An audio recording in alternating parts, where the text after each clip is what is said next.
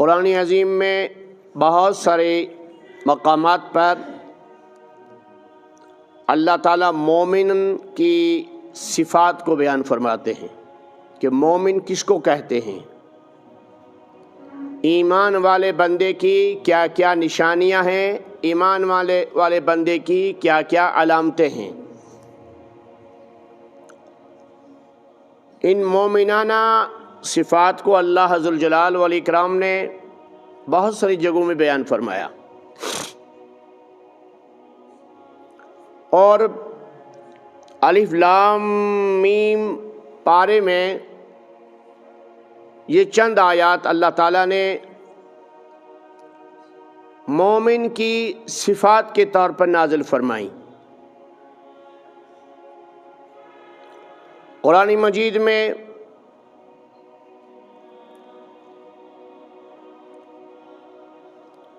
پہلے ایک چیلنج دیا،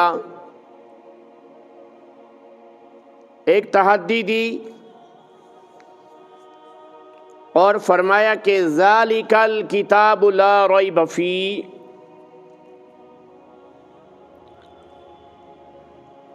یہ ایک ایسی کتاب ہے کہ اس میں کوئی شک نہیں، اس میں کوئی شبہ نہیں، اس میں کوئی تردد نہیں۔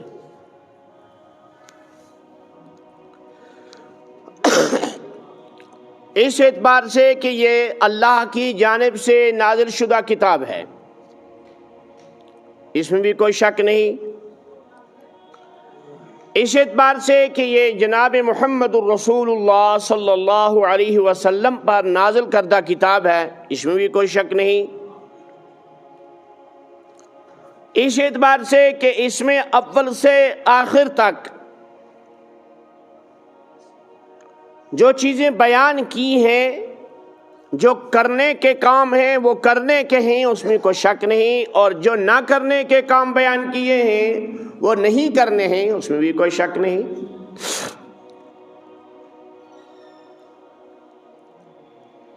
اور اس میں بھی کوئی شک نہیں کہ اس کتاب کے اندر ہم نے جو مومنانہ صفات اور کردار بیان کیے ہیں، یہی ایک مومن کے لیے ان صفات کا ہونا لازمی ہے۔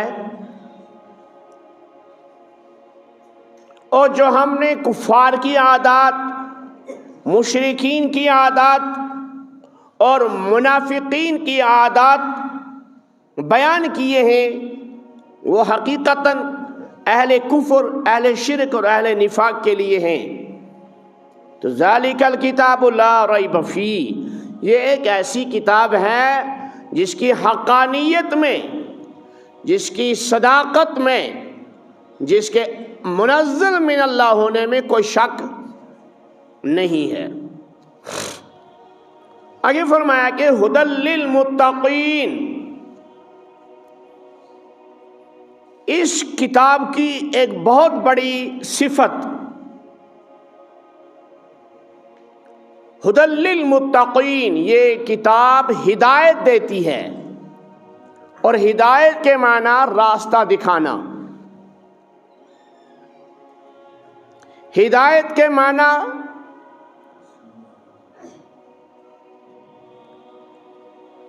رخ متعین کرنا۔ تو ھدی للمتقین، یہ کتاب متقی لوگوں کو، جو اللہ سے ڈرنے والے ہیں، جو اللہ کا قرب حاصل کرنے والے ہیں، جو اللہ کی نزدیکی کو چاہتے ہیں، ان کے لیے یہ کتاب ہدایت ہے۔ صاحب جلالین رحمہ اللہ نے اس آیت کو لکھ کر ترجمہ فرمایا الصائرین الی التقوی، کہ متقین سے مراد کون ہیں؟ جو تقوی کی تلاش میں لگے ہوں، جو چاہتے ہوں کہ ہم برائیوں سے بچیں اور نیکی کے راستے پر آئیں، ہم کفر سے بچیں، توحید کے راستے پہ آئیں۔ ہم نفاق سے بچیں، ایمان کے راستے پہ آئیں۔ جو یہ چاہتے ہیں ان ایسی جماعت کے لیے، ایسے گروہ کے لیے یہ قرآن مجید، یہ کتاب اللہ ہدایت کا ذریعہ ہے۔ جیسے سیدنا ابوبکر صدیق رضی اللہ تعالی عنہ کی مثال،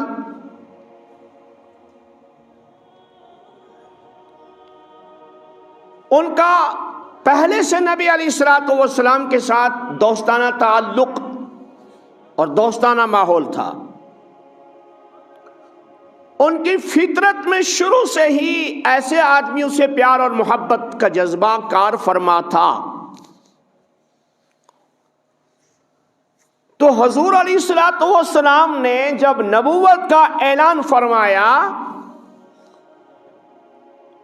تو ابو جہل، ابو لہب، یہ بڑے بڑے سرداران قریش کہنے لگے اچھا چلو ذرا ابو بکر کے پاس جاتے ہیں۔ اس وقت ان کا نام ابو بکر نہیں تھا، عبد الرحمن تھا، عبداللہ تھا۔ ذرا دیکھتے ہیں ان کا اور ان کا آپس میں گہرا تعلق ہے، رابطہ ہے، دوستانہ ماحول ہے، ہم ان سے یہ بات تذکرہ کرتے ہیں، اور اگر وہ بھی اس بات کا انکار کر دیں گے تو ہماری جماعت کے اندر قوت آ جائے گی۔ یہ حضرت ابوبکر صدیق رضی اللہ تعالیٰ عنہ کے پاس چلے گئے اور کہا کہ تم جانتے ہو تمہارا وہ ساتھی محمد صلی اللہ علیہ وسلم وہ کہہ رہے ہیں کہ میں اللہ کا پیغمبر ہوں، میں اللہ کا رسول ہوں، مجھے اللہ نے نبوت عطا کی، رسالت عطا کی، میرے پاس وحی آنے لگ گئی۔ تو ابوبکر صدیق رضی اللہ تعالی عنہ نے فرمایا اگر وہ فرماتے ہیں تو سچ ہے، آمنا وصدقنا، اور اگر کوئی اور کہتا ہے تو میں ماننے کے لیے تیار نہیں ہوں۔ یہ ہے السائرین الی التقوی۔ معراج کے موقع پر حضور علیہ الصلوۃ والسلام آسمانوں کی سیر کر کے واپس تشریف لائے تو آپ نے یہ اعلان فرمایا کہ مجھے راتوں رات اللہ تعالیٰ نے یہ سفر نصیب فرمایا اور اتنی بڑی سعادت نصیب فرمائی۔ مجھے مسجد اقصیٰ لے جایا گیا، وہاں تمام انبیاء کرام علیہ الصلوۃ والسلام کی امامت کروائی، وہاں سے مجھے ایک سیڑھی نصب کی گئی، مجھے آسمانوں پہ بلایا گیا، عرش تک بلایا گیا، جنت کو دکھایا گیا، جہنم کو دکھایا گیا، اور بہت ساری نشانیاں میں نے دیکھی۔ کفار مکہ حیران، وہی سیکنڈوں میں، گھنٹوں میں، منٹوں میں یہ کام کیسے ہو جائے گا جبکہ مکہ سے مسجد اقصیٰ تک 1 مہینے کا راستہ ہے اونٹ کی سواری کا، یہ کہاں تک صداقت ہو سکتی ہے؟ تو نعوذ باللہ من ذالک ان لوگوں نے یہ سمجھا کہ آج تو ابو بکر کو بہکانے کا بہترین موقع ہے۔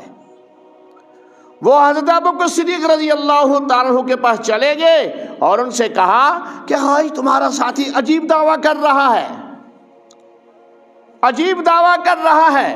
ہاں کیا کہ وہ آج کہہ رہے ہیں کہ مجھے راتوں رات ایک ایسا سفر کروایا گیا، یہاں سے بیت المقدس لے جایا گیا، وہاں سے آسمانوں کی سیر کروائی گئی، پھر واپس بھی لایا گیا، اس وقت رات کا اندھیرا تھا جب میں واپس آیا۔ یہ تو عجیب بات بیان کر رہے ہیں، یہ سمجھ میں آنے والی، عقل میں آنے والی بات ہی نہیں ہے، یہ کیسے ممکن ہو سکتا ہے؟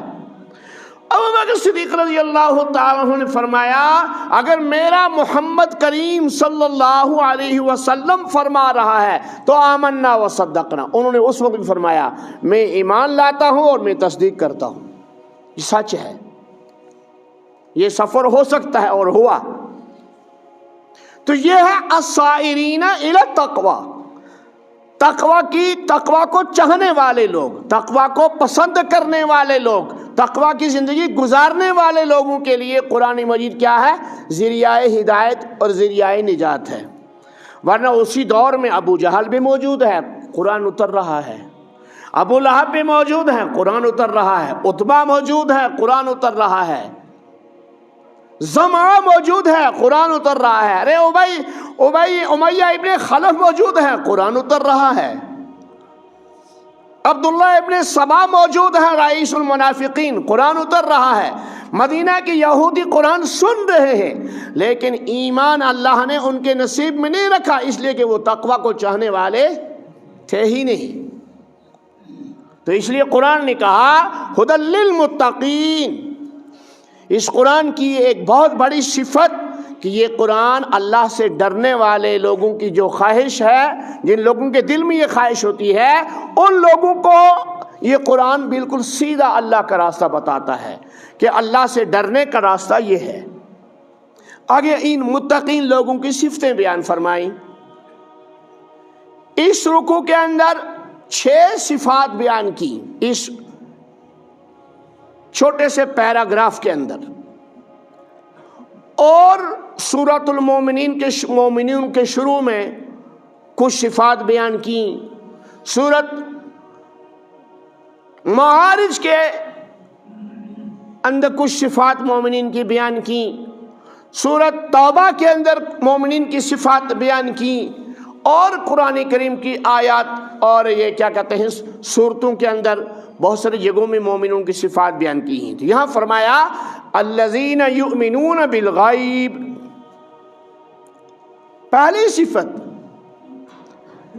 متقی لوگوں کی پہلی صفت، پرہیزگار لوگوں کی پہلی صفت، ایمان والے بندے کی پہلی صفت کہ الذین یؤمنون بالغیب. نبی اکرم صلی اللہ علیہ وسلم نے فرمایا جنت ہے، جنت میں محل 1 اینٹ سونے کی، 1 اینٹ چاندی کی. نبی علیہ الصلوۃ والسلام نے فرمایا کوثر کی نہریں بہہ رہی ہیں. نبی علیہ الصلوۃ والسلام نے فرمایا تسنیم کی نہر ہے، سلسبیل کی نہر ہے، اور قرآن مجید میں بھی ان چیزوں کا تذکرہ ہے.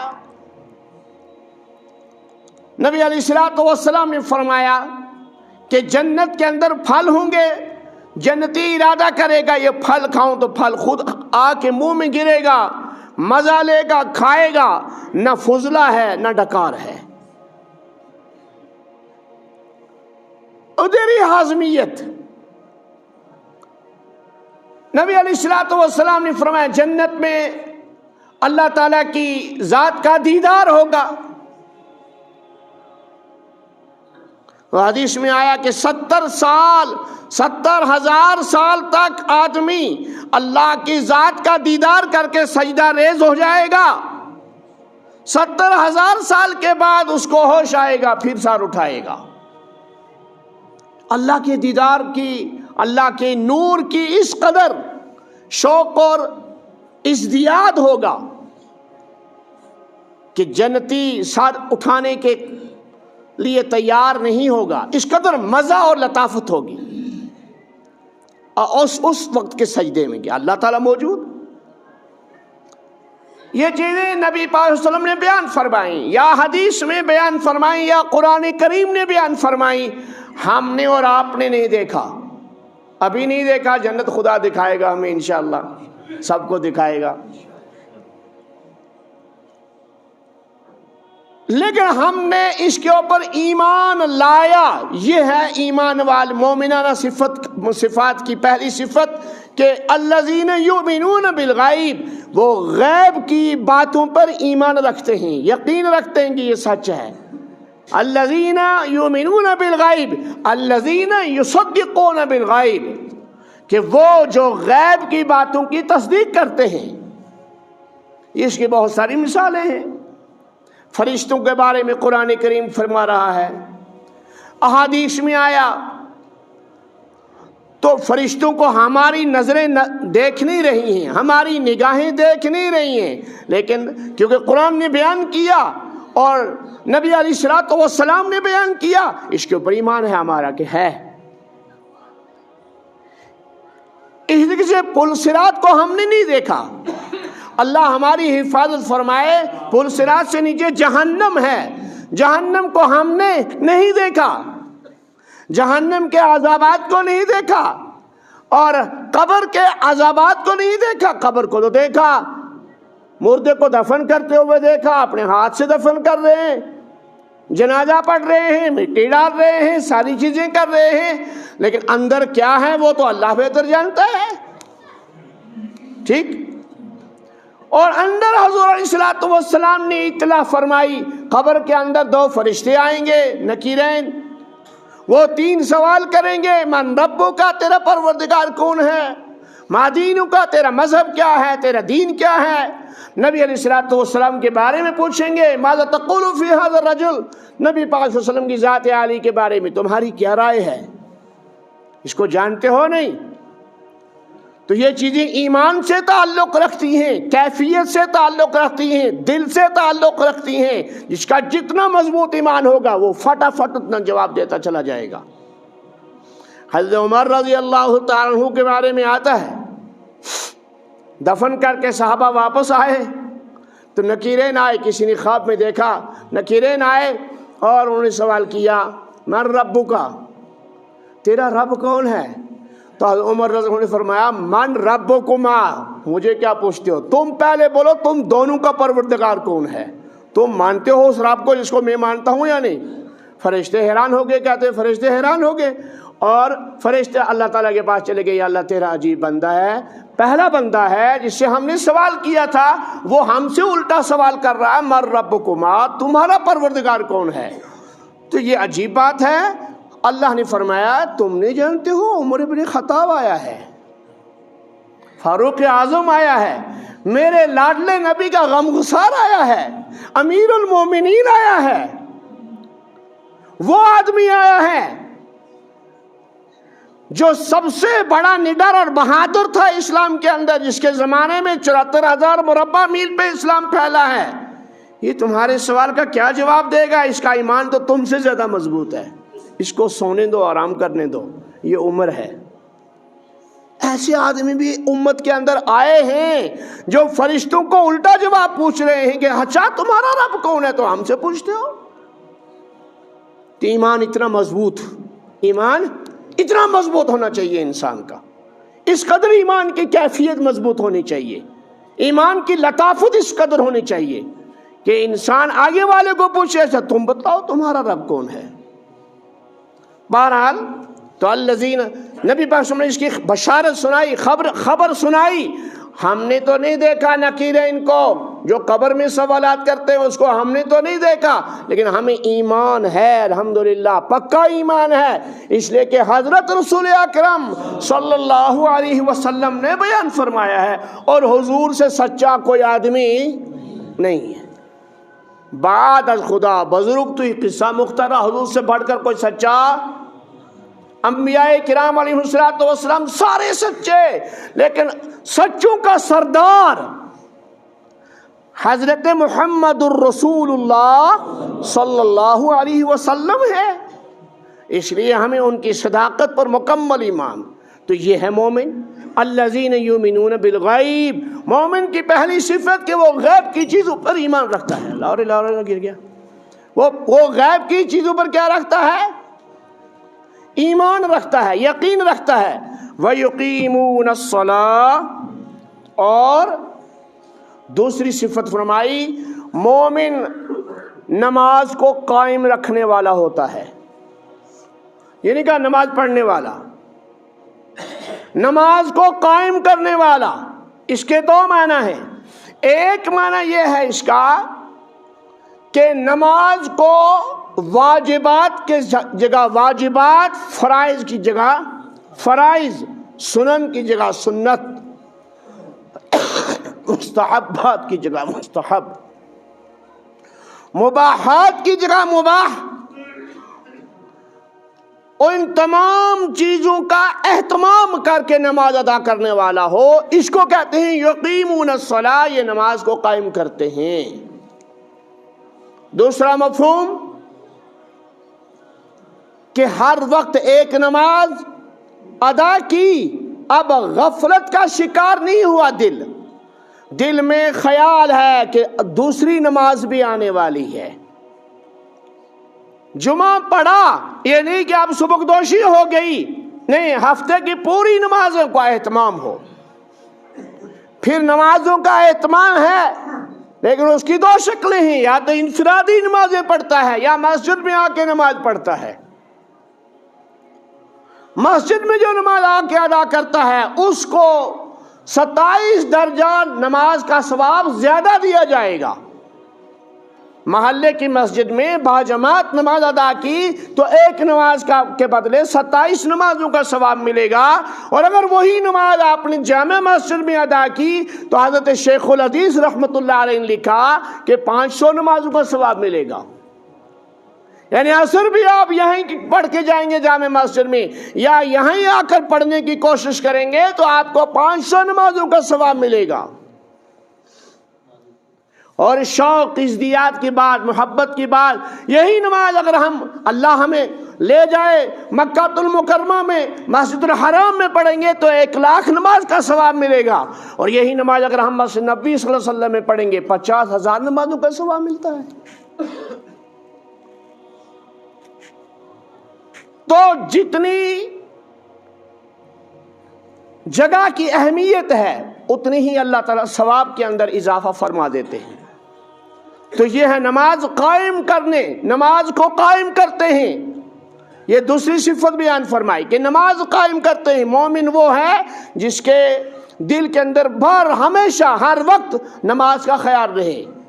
رات کو سویا ہوا ہے، جاگا، گھڑی دیکھ لی، نماز تیار ہے، اذان تیار ہے، ٹھیک۔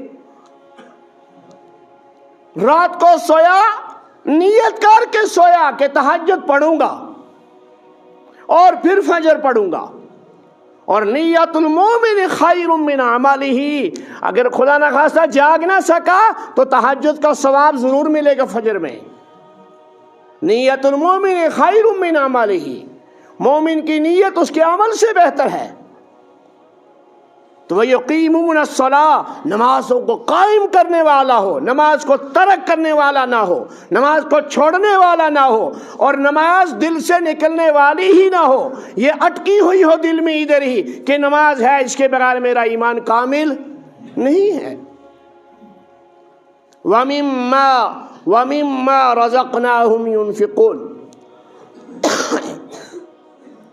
تیسری صفت بیان فرمائی کہ مومنانہ کردار والا آدمی، مومنانہ صفات والا آدمی وہ وَمِمَّا رَزَقْنَاهُمْ، ہم نے جو اس کو دیا، ہم نے اس کو زمین دی، ہم نے اس کو صحت دی، طاقت دی، صلاحیتیں دی، ہم نے اس کو تعلیم دی، ہم نے اس کو ڈگری دی، ہم نے اس کو ملازمت مہیا کی، ہم نے اس کو معاش کا ذریعہ عطا کیا، اور اس ذریعے سے اس کے پاس رزق آ رہا ہے، جو ہم نے اس کو رزق دیا ہے۔ ينفقون، وہ تنہا بیٹھ کے نہیں کھاتا، وہ خود ہی اس پر شاہمار نہیں بنتا، سانپ بن کے بچھو بن کے نہیں بیٹھتا ہے، نہیں، سائل آ گیا اس کا بھی حق ادا کیا، مسجد آ گئی اس کا بھی حق ادا کیا، مدرسہ آ گیا اس کا بھی حق ادا کیا، بیوہ ہو گئی حق ادا کیا، یتیم ہو گیا حق ادا کیا، کوئی مسکین لاچار غریب ہے حق ادا کیا۔ تو وَمِمَّا رَزَقْنَاهُمْ يُنْفِقُونَ، تیسری صفت بیان فرمائی کہ مومنانہ صفات کا مالک وہ ہے کہ جو ہم نے اس کو عطا کیا ہے اس میں سے وہ خرچ کرتا رہتا ہے۔ محترم خورشید احمد صاحب آپ سے ایک بات کرنا چاہتے ہیں اسکول کے متعلق، اس کے بعد انشاءاللہ محترم